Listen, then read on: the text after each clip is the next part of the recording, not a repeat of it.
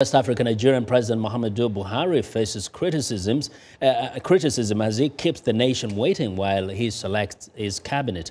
Buhari, who was sworn in over 4 weeks ago, but has yet to name a cabinet and may not do so until September, an official says he is taking time to find credible ministers and build a government untainted by the corruption of the past.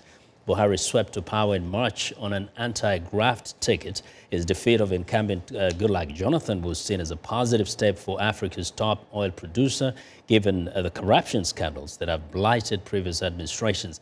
Buhari's anti-corruption drive has been at the heart of his moves so far, alongside efforts to establish a military force with Cameroon, Chad and Niger to fight the 6-year insurgency of Boko Haram in northeast.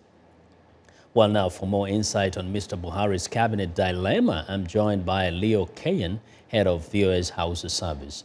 Leo, welcome to Africa 54. Thank you, Vincent. Now, first, I think this comes as a surprise to everybody. Has there been a case where a Nigerian president has taken this long to appoint a cabinet because he's looking for people who are really corrupt, free, or untainted by corruption? That is a very big exercise, first of all, because in a country where everybody is seen as corrupt, it's difficult to find the righteous people. But I think the main thing to note here is that Buhari is coming in at a time when the constitution is self-changing, because one, the governors are not going to give him any list anymore, so he's a more independent mind. It's going to take time to really scrutinize what list is coming to him. That's number one. Number two is the National Assembly that is supposed to pass the list is not itself organized at the moment. It's involving some rancor. It's going to take some time for them to get that over because it looks like it's very entrenched.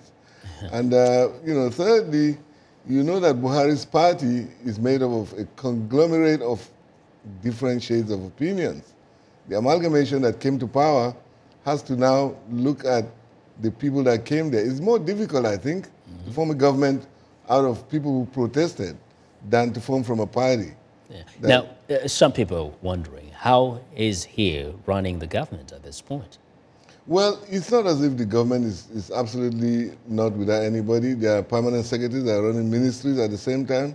And right now, the directors are still functional. The civil servants are running the show at the moment, I think, effectively. Does that, in a way, impact the level of kind of engagement by investors with the government of Nigeria? Because generally, investors go in to talk to cabinet members or officials at that level of government. Yeah, but you need to know that the policies have not even been formulated by Buhari yet. Because if you get a policy out of the government, it's just coming from the party at the moment. Yeah. And that's not good enough.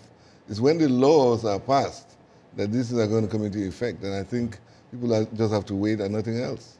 Now, in terms of getting a corrupt, free, or a government that has not been tainted, a person who has not been tainted by the past, what are the Nigerians saying back home? Do they feel like Buhari is really serious to even think of that? Nigerians know that he is been able to weather the storm of corruption himself. Therefore, there is this Buhari message that's going out that for you to serve in this government, you need to be another Buhari. Now, what that means is that you have to be kind of away from corruption, probably not part of the past government, and ready to move on with the country out of corruption.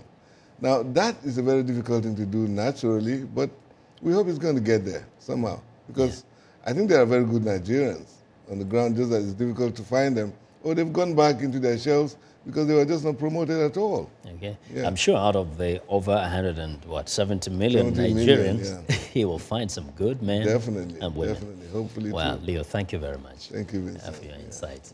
Leo Keyen is the head of VOA's Hausa service. Now, we want to know what you think about Africa 54 and the stories we cover. Join the conversation on Facebook. The address is Africa 54. Check out our headlines 24/7 on voaafrica.com.